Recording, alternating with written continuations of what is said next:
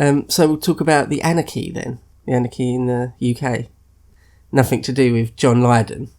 Sell-out shill moron John Lydon. If anyone's come to the video for a biography of John Lydon, they'll be sorely disappointed. Hello!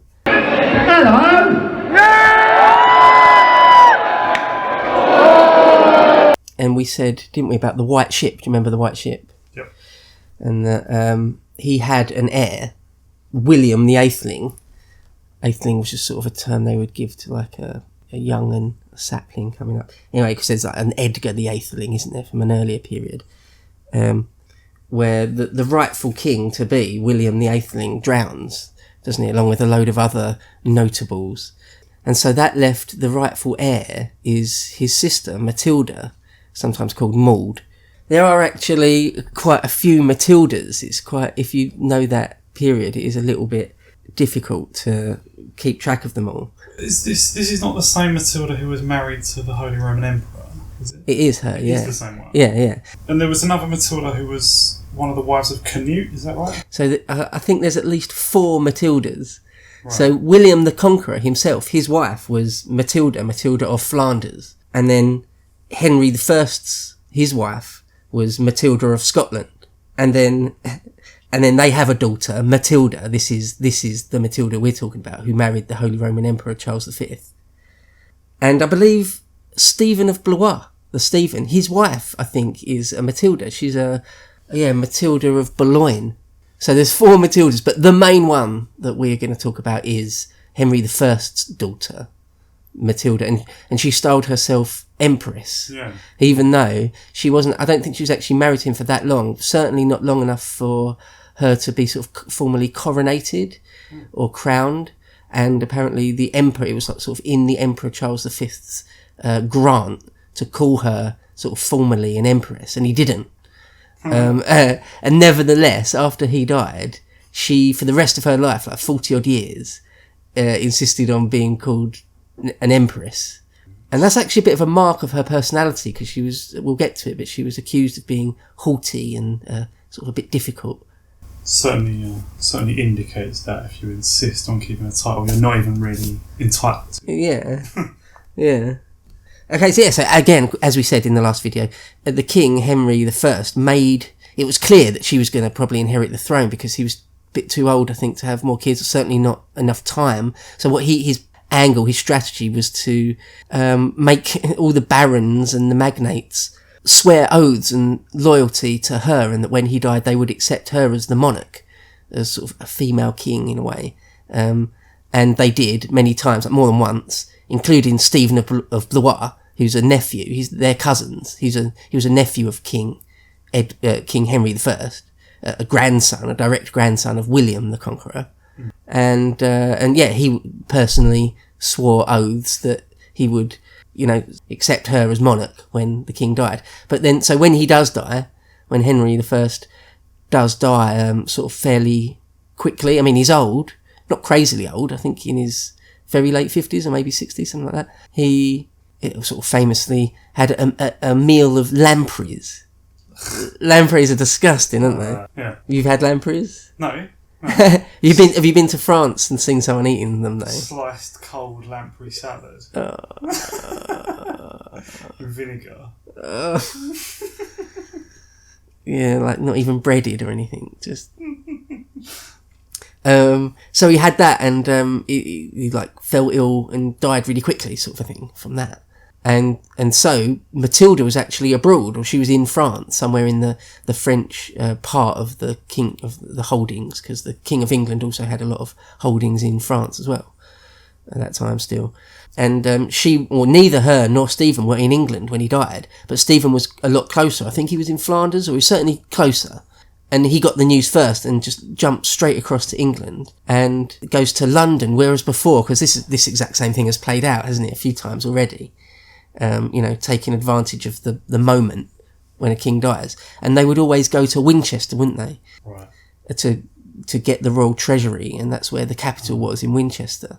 But now, by this time, London really is it is the capital now. And important though Winchester is, actually Stephen, there was a load of brothers. This Stephen was actually the third eldest son. But the other two, one was sort of feckless and weak, or maybe even, sort of clinically weak-minded. And I think the very eldest one just wasn't interested in power and politics, or just allowed himself to be bought off, or wasn't interested. But there were more children of that family as well. And Stephen of Blois' younger brother, Henry, is it Henry? It's not another Matilda. No.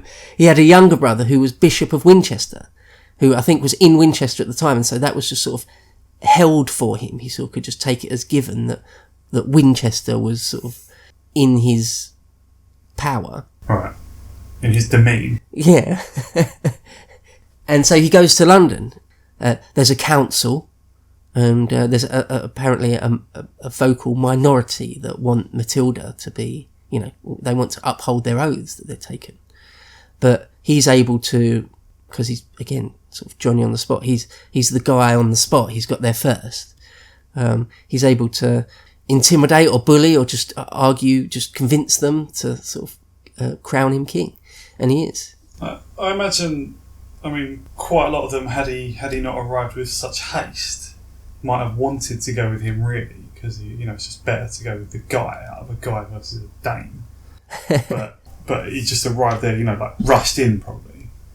Yeah. And to get there before her, and just in a sort of unseemly way, with no respect to the king, to old King Henry, just rushed in to say, actually, let's just make it me, right?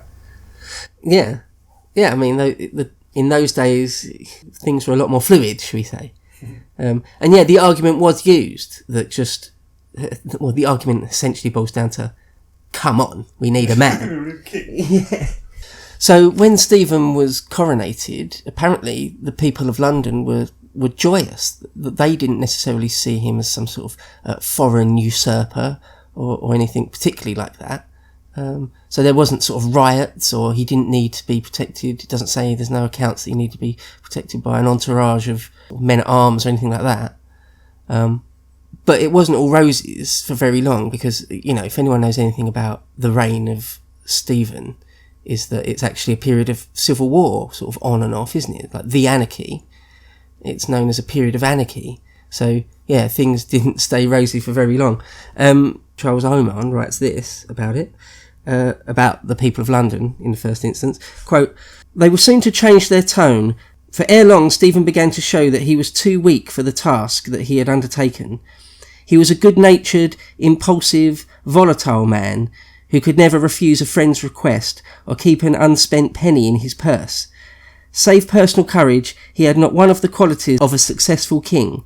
The baronage soon took the measure of Stephen's abilities, and saw that the time had come for them to make a bold strike for that anarchical feudal independence which was their dream." End quote. Yeah, Oman has a good turn of phrase, doesn't he? It's quite old-fashioned. And that sounds entirely realistic, doesn't it? That barons are just always hoping for such a situation where they can just create their own fief, almost more or less independent, but still perhaps with the protection of the king. Yeah, so men of power always want more power, right? Maybe it's a cliche or an old adage, but once you've got money and power, what else is there? Well, more money and more power. It's sort of... And I suppose when you've got a feudal lord, you'd just rather have more independence from him. It's just always going to be better. Less tax and more power to build your own castles and take more land. Yeah, if you've only got one boss and you can get rid of him or have him have less power over you, why not do that? It's just a win. Yeah. But the theme of Stephen being sort of weak just comes up again and again. And that just seems to be his problem, I suppose. So one of the things is when Matilda comes back from being in Europe, being married to the Holy Roman Emperor, Charles V, she comes back and she's still young. And, and it's while Henry I is still alive. And so he wants to get her remarried.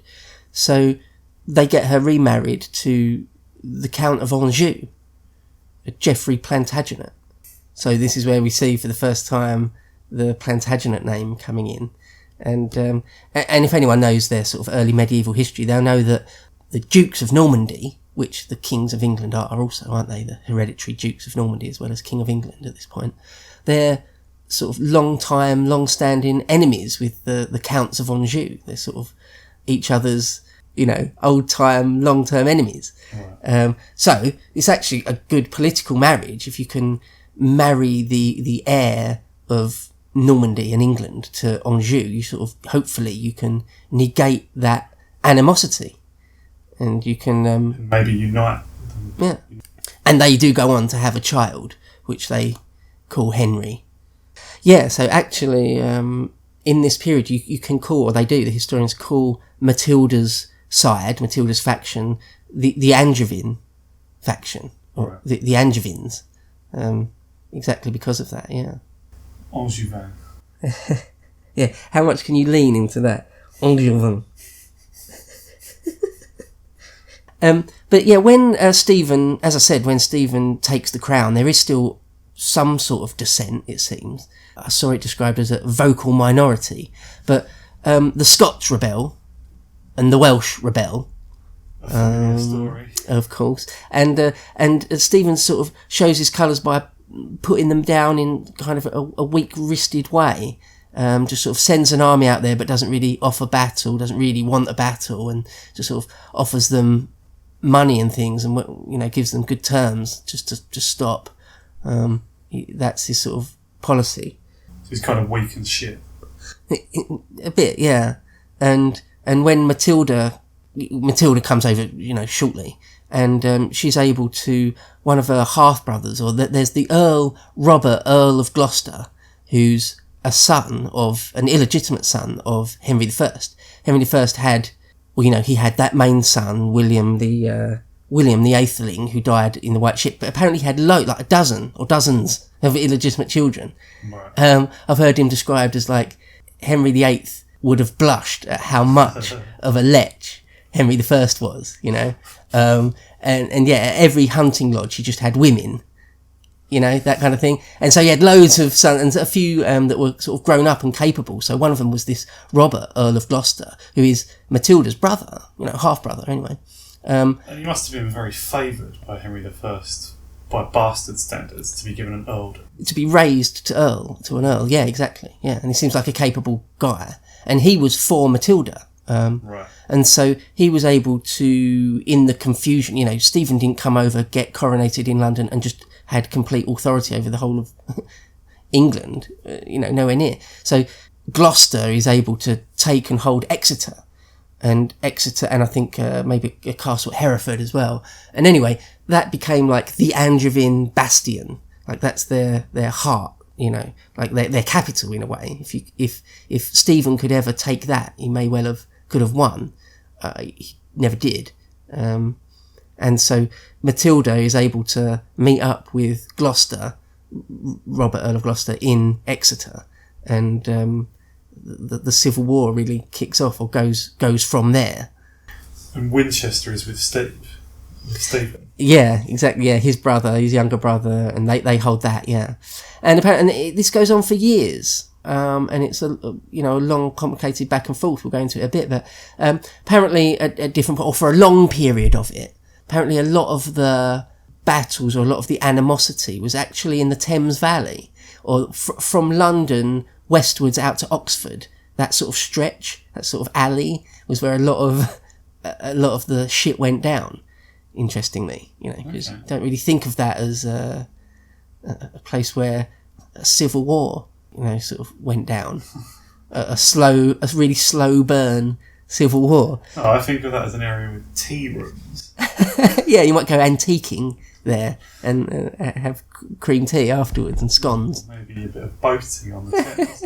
Yeah. Boat down to Richmond, maybe a bit beyond. Lovely.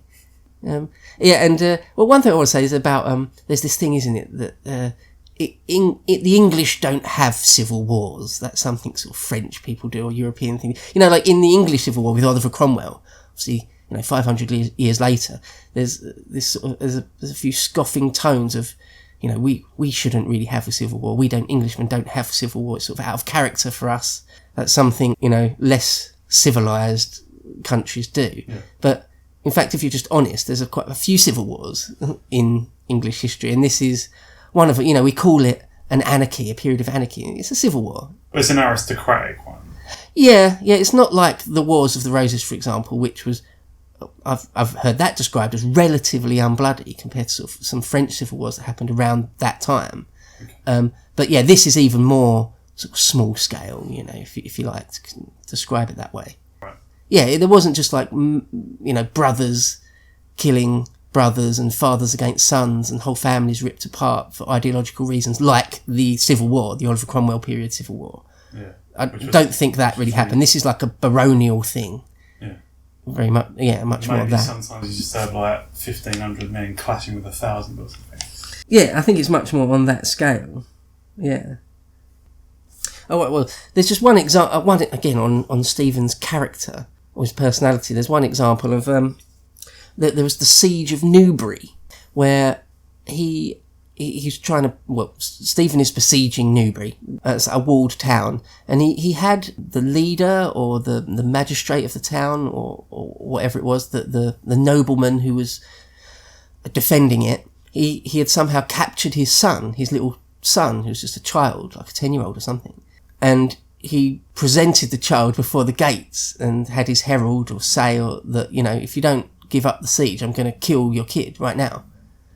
And apparently the defenders were essentially said, go ahead, do your worst, we're not giving up the siege. And they even apparently placed this child in like a siege catapult or something, or put him in the thing of a trebuchet, as if they're going to hurl him somewhere to threaten it. And they sort of called their bluff and said, go on then.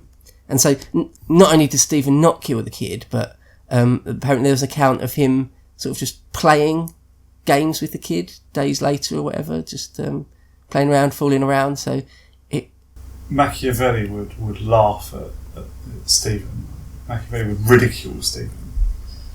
And yet, so the fact that Stephen essentially allowed Matilda to meet up in Exeter with Gloucester, that was kind of a strategic error. Well, apparently his reasoning was that if he's going to have this enemy faction in England, he'd rather have them all together in one place so he can besiege them in one... Yeah, you're shaking your head. Yeah, that's incorrect.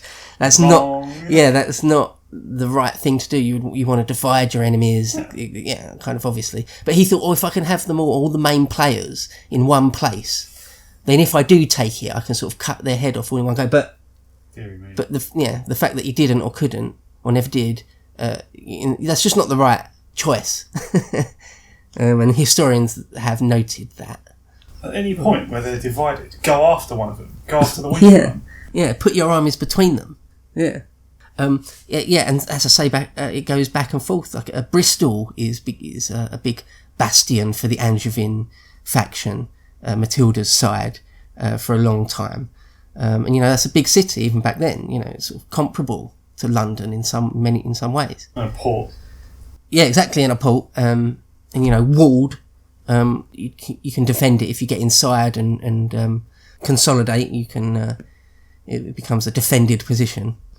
And so Stephen just isn't really able to ever just truly stamp his authority. Like, for example, in the north, the Scots are able to come down to Newcastle and even into Yorkshire. They take Newcastle and hold Newcastle and harry into Yorkshire. And the nobles or the magnates of Yorkshire have to sort of muster in order to see them off.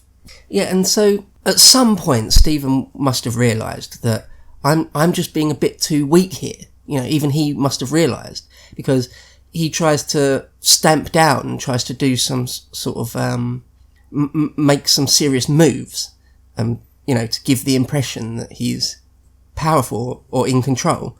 But it doesn't really work. People see through that sort of thing. It's just a weak person acting tyrannically. It's not an actually genuinely strong person, Yeah. One historian, who was it? I think Nicholas Vincent said that when people like William the Conqueror and Henry I and Edward I and Edward III, when they used a light touch, a velveteen glove with some of their enemies, it worked because everyone knew there was a massive, giant mailed fist inside the velveteen glove. And he had a reason for behaving that way. He wasn't flailing around like it sounds like Stephen was. Yeah, exactly. Yeah. And people can even children can see through that sort of thing, usually. And so, yeah, he did a couple of things, like he imprisoned a few bishops, because, again, the religious side, the church comes into it. They sort of ebbed and flowed, it seems, from one side to the other, whatever was in the bishop's or the archbishop's interest at any given moment. They seem to do that, act a bit pragmatically. But as a general theme or a general trajectory, the church sort of ebbed away, their support ebbed away from Stephen. And at one point during the many years that this goes on, he imprisons a couple of the bishops. The bishops of Salisbury and Lincoln he threw into prison and sort of confiscated their estates and monies. And, they were kind of two big players. That's not nobodies. So that again alienated big chunks of really powerful people. And when you're in a civil war, it's, to boil it down, it's a bit of a popularity contest in some ways. And again, it was just, when you can step back and look at it all in perfect hindsight, it was just a blunder. That was just not the good thing to do. Oh, and Lincoln Cathedral at that time hadn't been built yet, I don't think. Well, there might be a cathedral there, and the Lincoln Cathedral we have was built on top of that. Quite possible. I think that's probably the case. When Lincoln Cathedral became the tallest building in the world, it was probably, before that, still already big, right? Yeah. I imagine. And I think, I might be wrong about this, I'll edit it out if I'm completely wrong. I might be wrong about this, but the Lincoln Cathedral that we have now, that stands today, is actually a rebuilt one. It fell down like 2 or 3 times, and it was originally meant to be even higher, I think, but it was just too massive and they didn't do it right, and then they had to rebuild it, and anyway the whole process was like 100 years or 150 years or something silly. And anyway, the one we've got now I think is 13th century, 12th or 13th century. Yeah. And we're talking about the mid 1100 or the 1130s, 1140s, 50s here, so that's a little bit before. It was maybe like a wooden cathedral. Yeah, maybe, yeah. So a lot of the histories if you ever see a TV program about it or read a history book about it, a lot of them don't go into loads of detail about the many years that this go on. You just get like basically a montage, or you'll just get some sort of abbreviated, abridged version of what happened over years. And that's certainly what Churchill does in his History of the English-speaking Peoples. But he also is quite good for it. Gives some quotes from the Anglo-Saxon Chronicle and other accounts. Like there's a Gesta Stephani, the achievements of Stephen. I never heard of that. Might be a good time to take a few minutes out just to talk about the historiography, as we have done in the last couple of videos. I'm not above that, not too proud to... I know, I like talking about the historiography of things a little bit, just a couple of minutes. Some people, it's really boring for them, they're not interested. Other people find it fascinating. When we did it at A-levels, I didn't like it and I found it really difficult to understand. And now I think it's like crucial. Yeah, right, So yeah, just a quick word on that. The main sources are the Anglo-Saxon Chronicle. It's coming to an end. It's in the twilight of its days. I think at this point there's only one version of the Anglo-Saxon Chronicle in Peterborough that's still sort of going, still sort of updating itself. But we've also got, as I said, the Gesta Stephani, which is Latin for the achievements of King Stephen, or the achievements of Stephen. Written by his hired flatterers. Yeah. There's William of Poitiers. It's kind of the same names as in the other ones. Aldrich Vitalis always comes up. He's a classic. You can't not give a shout out to Aldrich Vitalis. There's you got your William of Malmesbury's. You've got your Henrys of Huntingdon's. There's the pipe rolls, which is a new thing. It's actually the court taking a lot of records. That only seemed to have started maybe under Rufus or maybe under Henry I. But there are actual sort of official, I hesitate to say, but it's sort of civil service stuff, keeping accounts of the Exchequer starts under Henry I. And so, we've got some sort of official rolls that, still survive in the British Library, or maybe in the House of Lords Library, or, some archive somewhere. They still actually exist. And another quick note on the historiography of this period. Apart from other things, when you read the histories, so Churchill and Oman are very similar. Churchill has copied Oman very closely. very closely, really, if you read them both sort of side by side, you realise quite how much has been borrowed, and in the structure and the use, the choice of quotes and everything. But that's not new. Historians have always kind of copied each other.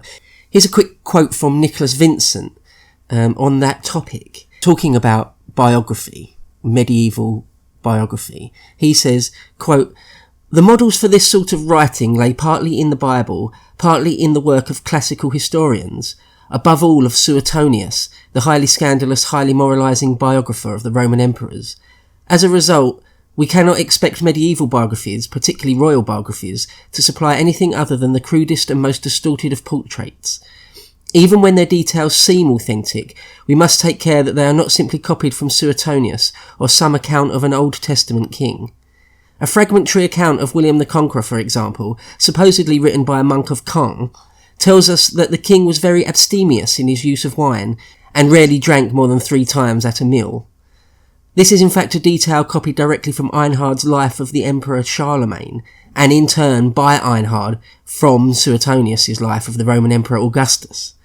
It tells us nothing reliable about the drinking habits of William the Conqueror, though it may potentially tell us a great deal of the imperial models which William and his biographers were keen to ape." End quote. It's actually interesting. A great deal of original medieval manuscripts and records have been lost over the centuries in various ways. Sort of the dissolution of the monasteries under Henry VIII and Cromwell, a lot of it was deliberately burnt. And for example, in the peasants' revolt, it was a lot smaller scale and would only have affected a small area in the south of England. But, there a lot of rolls, a lot of manorial rolls were just burnt deliberately, and just accidents. A lot of floods or rotting. Yeah, they didn't know about really preserving things, or only a very small number of men actually cared, or, actually had any thought for it.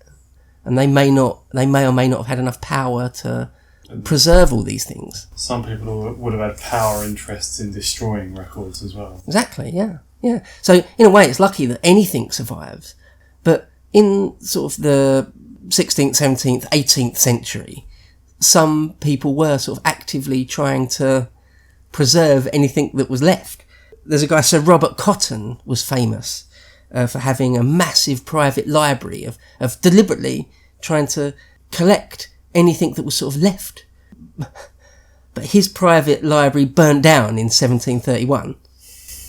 It's like the Great Library. Exactly. But less bad. You took the words right out of my mouth. I was going to reference the Great Library of Alexandria, where who knows what untold wonders, what untold stories were lost.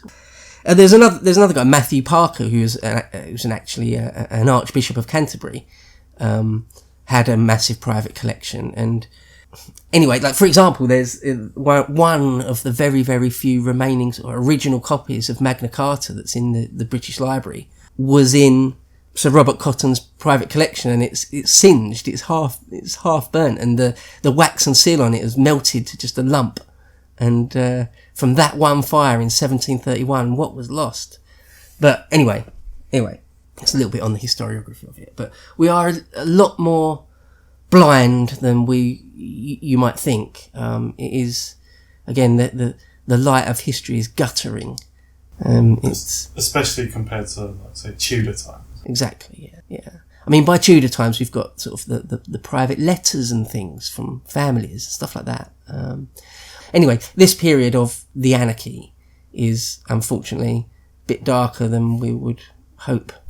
But in Churchill's History of English-Speaking People, he says, he quotes the Anglo-Saxon Chronicle, about the baronage that was essentially rebelling as traitors against the crown, I suppose, technically. The Anglo-Saxon Chronicle said, quote, "When the traitors perceived that King Stephen was a mild man and soft and good and did no justice, then did they all manner of horrors. They had done homage to him and sworn oaths, but they held no faith. In 1141, a more or less general rebellion broke out against his rule, and he himself was taken prisoner at the Battle of Lincoln, the Bishop of Winchester, Stephen's own brother, and hitherto his main supporter, now went over to Maud's side. For nearly a year, Matilda, uncrowned, was in control of England. The Londoners, after some trial, liked her even less than Stephen, rising in fury, then drove her out of the capital.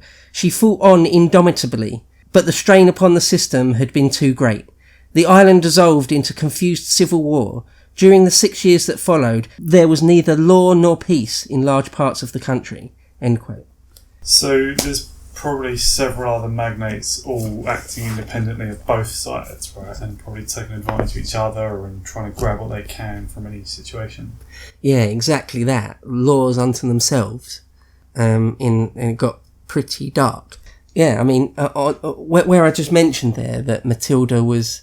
So there was like a reversal of fortunes there. She actually got into London, but she wasn't liked. Yeah. I mean, Oman calls her haughty, impracticable, and vindictive.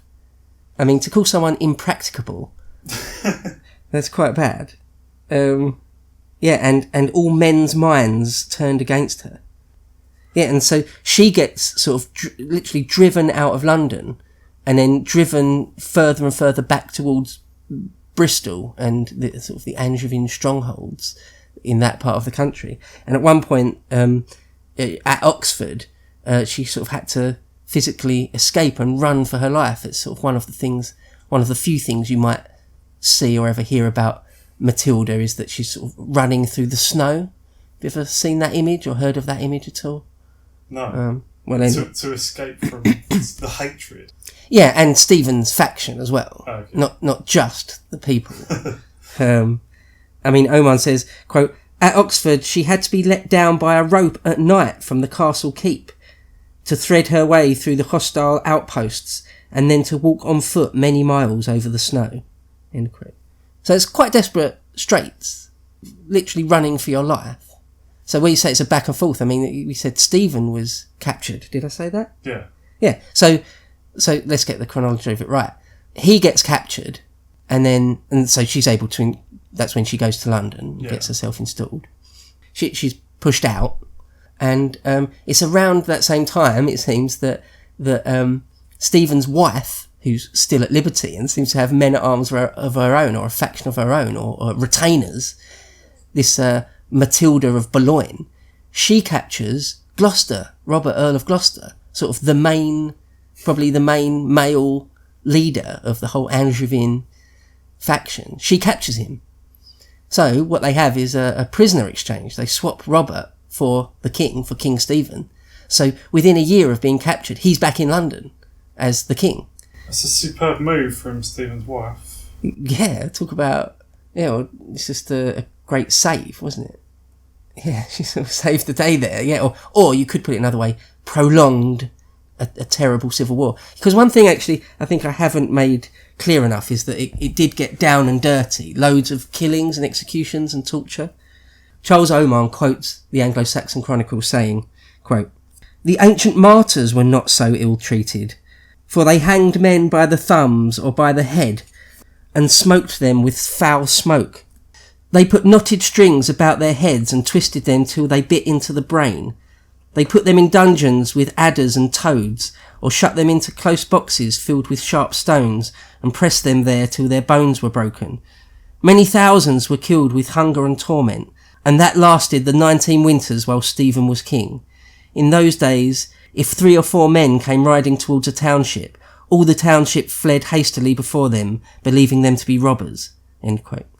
On that exact same topic, Churchill quotes the Anglo-Saxon Chronicle, but first he says, quote, "The sufferings of the Fen country, where there was a particularly ferocious orgy of destruction during the Anarchy, was grimly described in the Anglo-Saxon Chronicle by a monk of Peterborough, who said, quote, Every powerful man made his castle and held them against the king, and when the castles were made, they filled them with devils and evil men. Then they seized those men who they supposed had any possessions, both by day and night, men and women, and put them to prison for their gold and silver, and tortured them with unspeakable tortures. Many thousands were killed with hunger. I neither can nor may tell all the horrors and all the tortures that they did to the wretched men of this land. And it lasted the 19 winters while Stephen was king. And even it was worse. They laid gelds, taxes, on the villages from time to time and called it tensory. When the wretched men had no more to give, they robbed and burnt all the villages, so that you might go a whole day's journey and you would never find a man in a village or the land being tilled.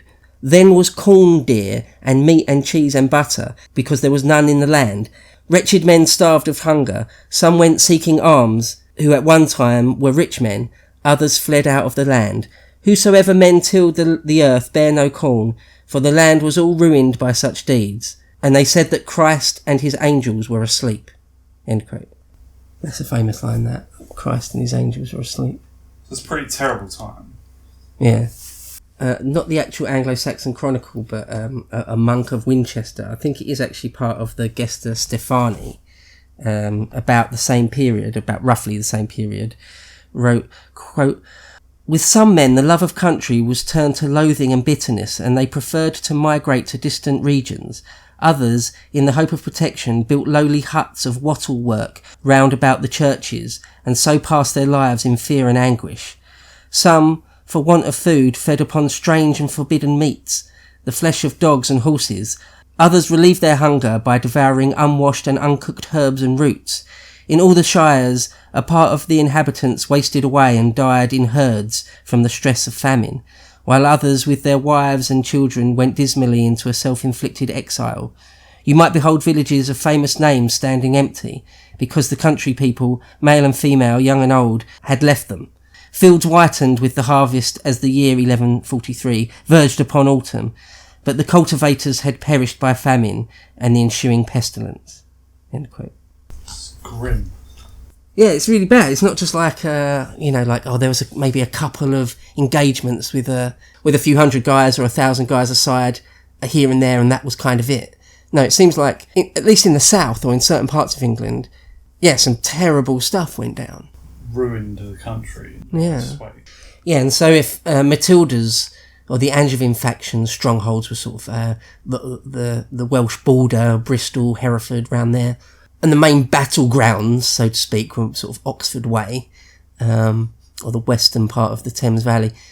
Stephen's strongholds were really London and east of that, Essex and Kent, stayed pretty strong for him. And another thing historians can look to, there's the archaeology, but there's also coins. It's a favourite of the historians always to be able to look at coins. And it seems at this period, somehow, a lot of different factions were able to mint their own coins. Obviously, the main two factions were minting their own coins, but even just other barons apparently started doing it. So that shows that some places really had their own autonomy, really, like, truly. The nerve of it. The audacity. So the reason it is able to go on for so long is that there becomes a bit of a stalemate where Robert of Gloucester dies at some point during this, towards the end. He just dies of, it seems, natural causes. He's not murdered or fallen in battle or anything. He dies, and so he was, basically the most powerful man in the faction. Matilda is the figurehead, if you like. She's the one that will be placed on the throne if they ever win. But, the loss of him is a massive blow for all sorts of reasons to their cause. And so Matilda's husband essentially takes over the role, Geoffrey Plantagenet, but he's just not as, he doesn't command as much authority or gravitas or anything. So their faction is sort of weakened, and Stephen can't get his son. Stephen's got a son, a Eustace. He can't get the Archbishop of Canterbury, seemingly unable to force him to sort of name him a crown prince or anything. That's what Stephen wants. He wants Eustace to be formally, a crown prince, something like that. And the Archbishop of Canterbury won't do it. What's his reservation? Well, I think amongst other things, the Pope, because won't allow it, and the archbishops really do take their instruction at this early period more or less directly from Rome. So the Pope defaulted to backing Matilda. Well, I'm not sure. If I'm going to be massively, balls to the wall honest here, I don't exactly know. But it's complicated. It might have been a different Pope. So when Stephen actually took the crown, if you want to be unfair, usurped the crown in the first instance, apparently he did send for and get papal approval Right. Now, whether at this point, after or around the point Earl Robert of Gloucester dies, well, it might not be even the same Pope, but yeah, at this point, it's just the Church won't name Eustace as the... Because if that happened, it might be able to, it would lend quite a lot of legitimacy to Stephen's reign. But they're stuck in like this holding pattern, this stalemate, really, for quite a while. And maybe the Pope doesn't want to back a loser. Yeah, sure, he's got his political games to play like anyone else, sure.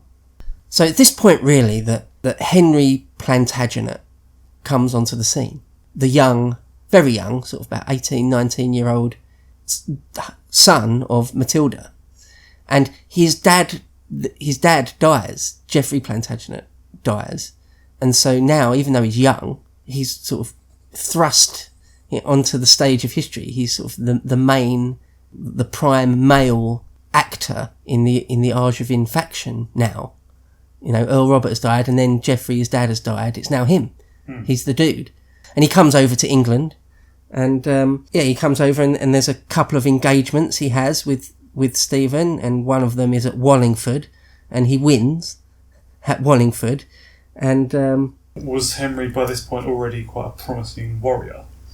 Well, he hasn't got much of a track record yet, but it seems like he had a force of character. Yeah, he was able to step up to the plate. I mean, just that takes a fair bit of character or personality, I would have thought. But when his dad dies, he gets all these titles. He becomes Duke of Normandy, Count of Anjou, and Count of Touraine and Maine, and I think some other smaller places as well. But yeah, Stephen was Count of Blois, but he also had many titles. He was also the Count of Montaigne. He also held the lordship of Lancaster and Eye.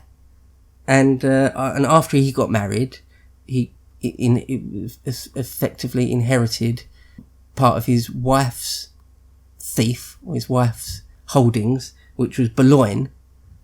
So he had a string of things as well.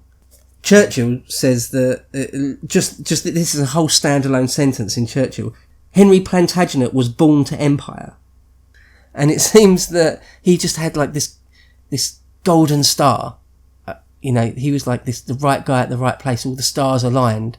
It was like this sort of shining career that he was sort of, all the things lined up perfectly for him, really. He inherits all these lands. He goes over and he's able to do what so many kings of England are able to do, is pop over, win a battle. Henry IV did it. Henry VII did it. Obviously, William the Conqueror, Rufus did it. Stephen did it. There's even more examples. And then to add to all this glory, he as a young man, he's unmarried. He needs to find a wife. And he marries... Well, he steals the wife of the King of France. She was like several years older than Henry Plantagenet, right? Yeah, so he was 19 and she was 30 odd. Wow. We don't know exactly her age, because sometimes this period we don't know the exact year. I mean, we don't know the exact year Stalin was born, so to not know the exact year when Eleanor of Aquitaine was born. But they think he was 19 and she was 30. Yeah. And she was married to the King Louis VII of France, who was apparently, how to say, undersexed. Yeah. She said she'd married a monk, more of a monk than a king. And he was a lot older, right? And he was older than her, yeah. But yeah, and apparently they actually, it was like hot and steamy, they actually fell in love. Right. And because it's always remarked upon, isn't it, when that happens. They're like, it is a political marriage.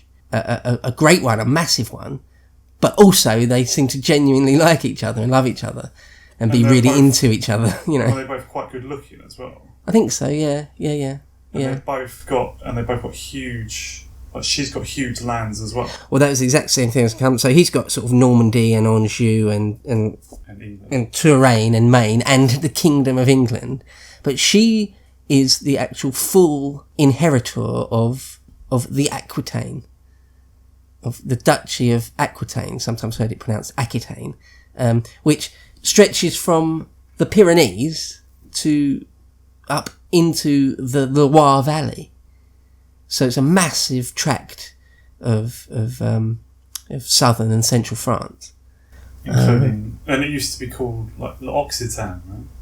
Well, in French it was called. Possibly, yeah. Well, it included the Occitan areas where they spoke that other language. Yeah, they had like their own sort of dialect, their own version of French, I think.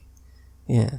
And Gascony is around there, isn't it? It's in that, Gascony is in that region, which in a later period is, claimed by the kings of England as well. Like Edward III already has a long tradition of claiming it. And well, we're getting into later reigns, but in the time of Henry II and John and Richard, Gascony is fought over, and by the time of Edward III, even later period, he's like, well, we used to own Gascony as well. But anyway, this is when the kings of the crown of England first sort of lays claim over Aquitaine and the big chunks of southern and central France. Yeah, so when 'cause it's a bit of a delicate thing, isn't it, to steal a king's wife from him. But apparently at the time, Eleanor used the sort of at least nominal reasoning of consanguinity, which means they're just too closely related. But it wasn't a problem before, but now it is. And anyway, she uses that as a reason. And so, yeah, leaves him, and, the Aquitaine goes with her. So not only has he sort of lost his wife, but also a massive chunk, it's rewritten the map of Europe. Henry's thief is now gigantic. Yeah, so Henry II, obviously we'll do a video on him, but he starts more or less right at the beginning of his reign. He's got an empire, really. It's the Angevin Empire. And it gets a bit bigger, but it's already almost, it's near its zenith. Some historians might nitpick and say that's not quite right, but it's huge. Well, Churchill says about the fact of Henry and Eleanor actually seeming to really like each other, he says, quote, "Rarely have passion and policy flowed so buoyantly together," which is quite a nice way of putting it, I think. I was going to say was arguably that union, that inheritance that formed the Angevin Empire, pretty much drew a line of England, like not counting the Channel, but from North France down to Southern France, right? I think it was a continuous line. Yeah, I've heard someone say you could ride a horse, obviously the Channel, but you could ride a horse from the Scotch marches to the Pyrenees, and it's all Henry's. Right, and that obviously makes you the absolutely hated enemy of the King of France forevermore until that's gone, right?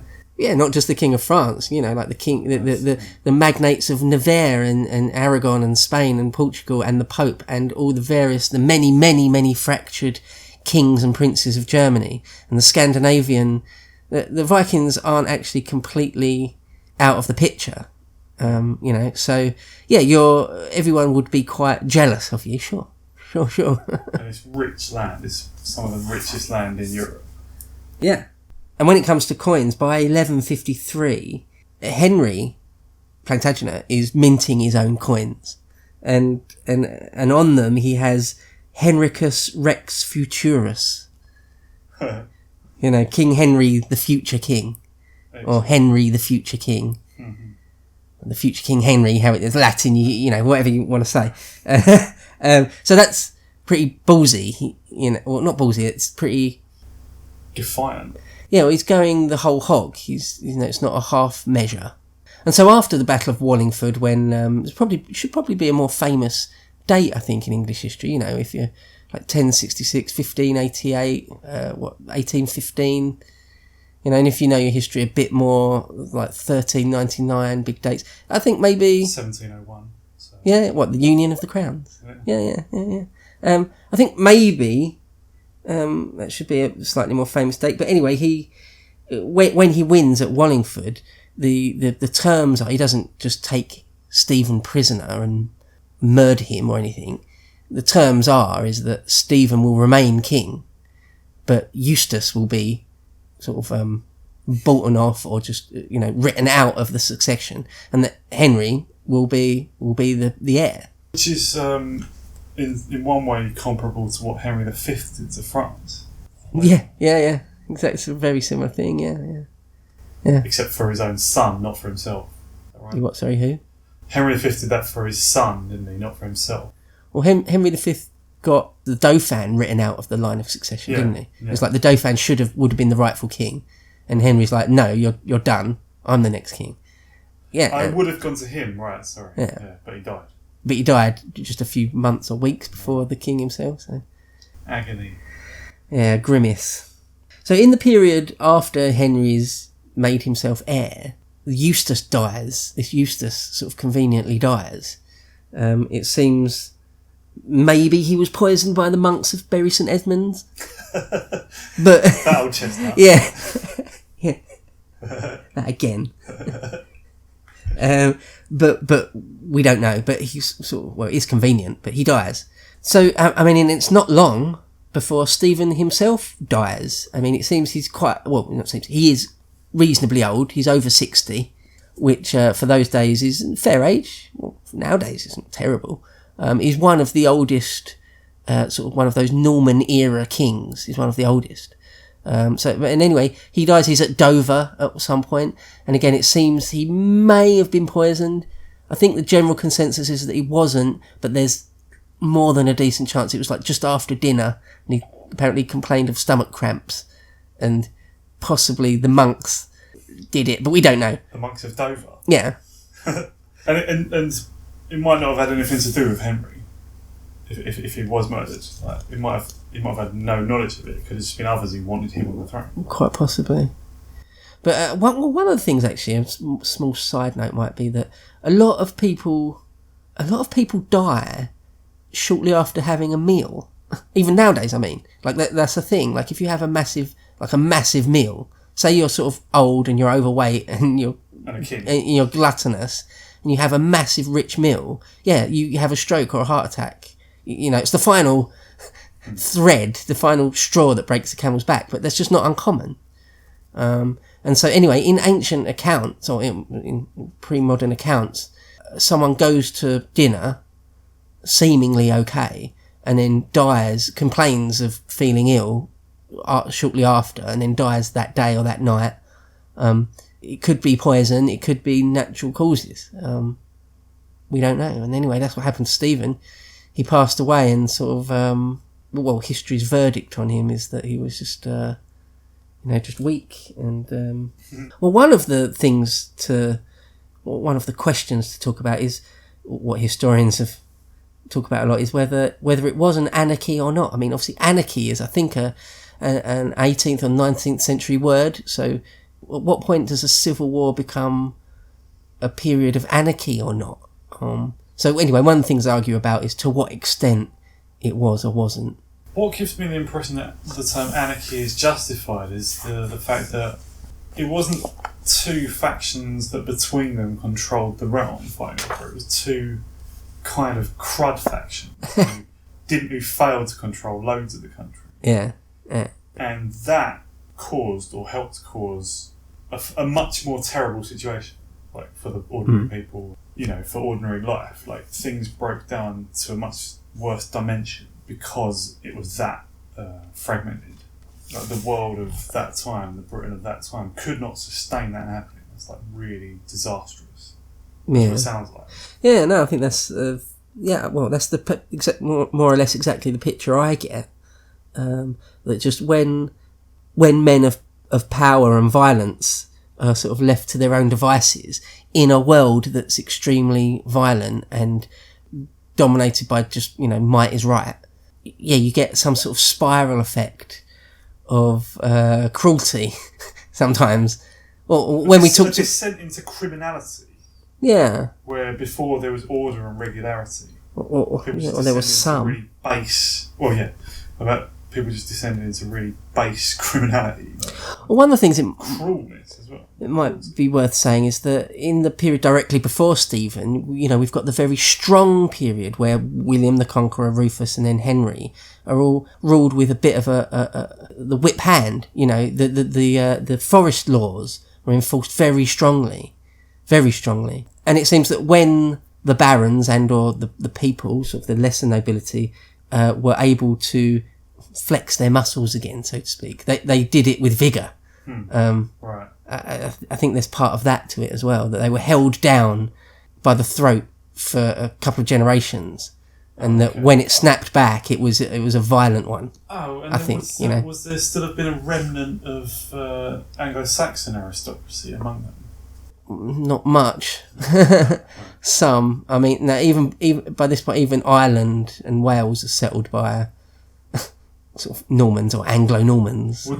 What I guess I should have asked though was there still Anglo-Saxon resentment that still had some power? Yeah. Right. Yeah. And so that was probably a factor. Yeah. It was an opportunity to sort of loosen the Norman grip, even though it was well established. And also, Henry Plantagenet ruled strongly, right? Yeah. It was a resumption of strong rule, and became more popular, I imagine, than the preceding Normans. Yeah, absolutely. And that's another thing why this period, Stephen's and Matilda's period of anarchy, because it's sandwiched between two periods of strong kingship, strong monarchical authority, and so it perhaps appears even more weak and lame. That is one thing, I think it was Nicholas Vincent again, said that, the Anglo-Saxon Chronicle seems to, or some historians that really, really know what they're talking about and have really read, nearly all the source material, say that the Anglo-Saxon Chronicle, if anything, it sort of plays up or exaggerates how bad it was. Okay. They're not sure if, it's difficult to know for sure if that's true or not. But it seems the last version of the Anglo-Saxon Chronicle from Peterborough that was still going sort of had it. I don't think they were particularly pro-Stephen. So, they wrote it up to be perhaps slightly worse than it was. But, I mean, it's really conjecture. Their attitude might have been as well, like, well, if you're going to rule us, at least rule us well. If you lot are going to, if you insist on having planted yourself here, yeah, at least do a good job. And so, in general, as I said there, it's sandwiched between two rules where Stephen just seems unpopular. It's difficult to see him as anything other than a bit of a failure and a bit unpopular. So Churchill, when Henry Plantagenet assumed the throne, says, quote, "And when a year later Stephen died, he, Henry Plantagenet, was acclaimed and crowned King of England with more general hope and rejoicing than had ever uplifted any monarch in England since the days of Alfred the Great." End quote. So that is sort of saying something. I mean, 300 years. It just seems like this is a new... Not only are we coming out of a particularly dark and maybe even disgusting period of anarchy, we're not just coming out of that and it's getting a bit better. We've come into a golden age, Right. It's a shining golden age suddenly. The sun has come. And so, yeah. And so you've got to be careful because, things rarely are like that.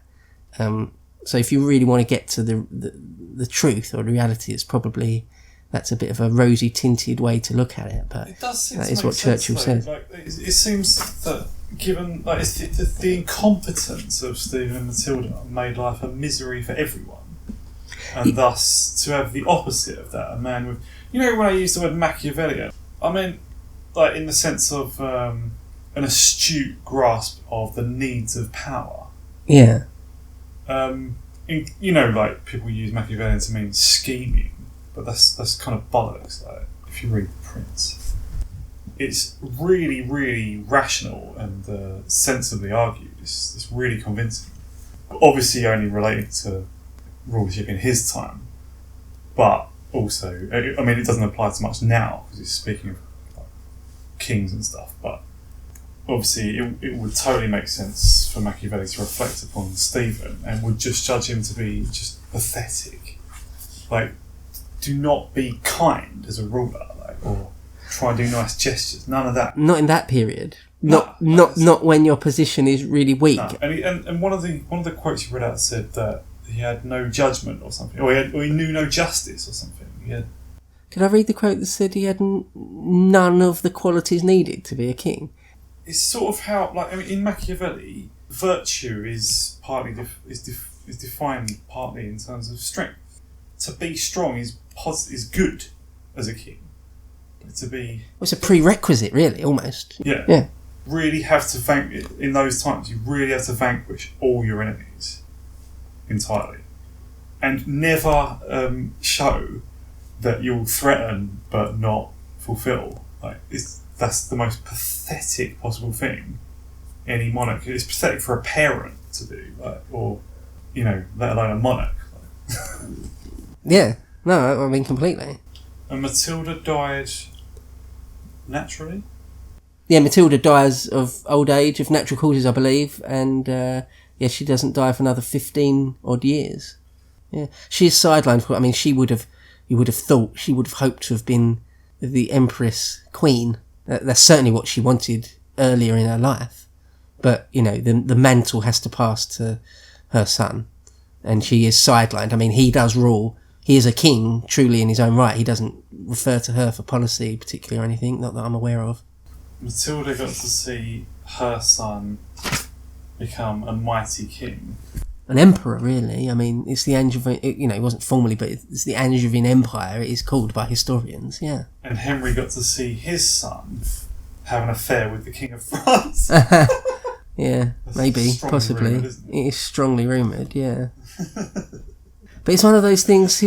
When I read a book about Lawrence of Arabia's memoir, Seven Pillars of Wisdom, and Lawrence of Arabia was famously homosexual, wasn't he?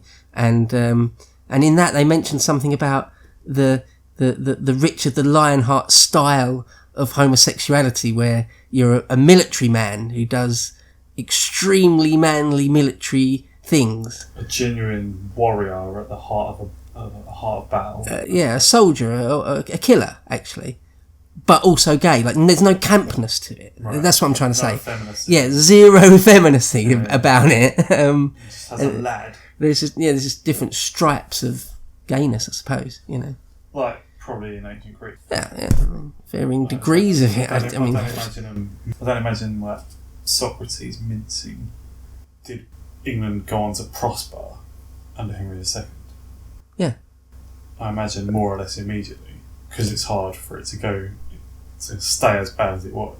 Yeah, well, I mean, just to characterise Henry II's reign a bit then, it seemed, it was like, is known as a bit of a golden age, but as it went on, it got more and more fractious and broken, and he's famously had all these problems with the church, with Thomas Becket, and that his own sons even, Richard had rebellions against him. Numerous. And in the end, John even was included in that. So which broke his heart. it seemed to... Yeah, I think in... what's the film? Lion in Winter. In that, there's some... I'm pretty sure, I can't remember now, that there's a line saying something about how glorious it all seemed at the beginning. How wondrous and brilliant. You know, some reigns are not like that. They start off shaky and end up glorious, don't they? Or, you know, in any combination of that. But it seems for Henry II, it started off great. And became sad. Yeah. And it stayed great for a while and got better, but in the end it petered off and got sad, yeah. A bit like Edward III's reign might have been. He became kind of decrepit, didn't he? Yeah, there's a few reigns that last too long, really. You go into your dotage when... you really should have handed over to someone with more energy, at least, and things just go downhill a bit. Yeah. Henry III had a long reign. Yeah, Henry III, you know, probably should have handed over to his son, Longshanks, a bit earlier. Might have been nice. And Edward III as well, they say. Just by the end, he was a man out of time. There was like a whole generation of people around him that he didn't really have any connection with. He was just so, you know, out of touch, a bit old. Oman concludes by saying this. Talking about Stephen, he says, quote, "Less than a year later he died, leaving England in the worst plight that ever she had known since the days of Ethelred the ill-counselled. For the king's mandate no longer ran over the land, and every baron was ruling for himself. Northumberland and Cumberland were in the hands of the Scots. The Welsh were harrying the border counties, and Yorkshire had been ravaged in 1153 by the last Viking raid recorded in English history. It was time that a strong man should pick up the broken sceptre of William the Conqueror." End quote. It's a great last line.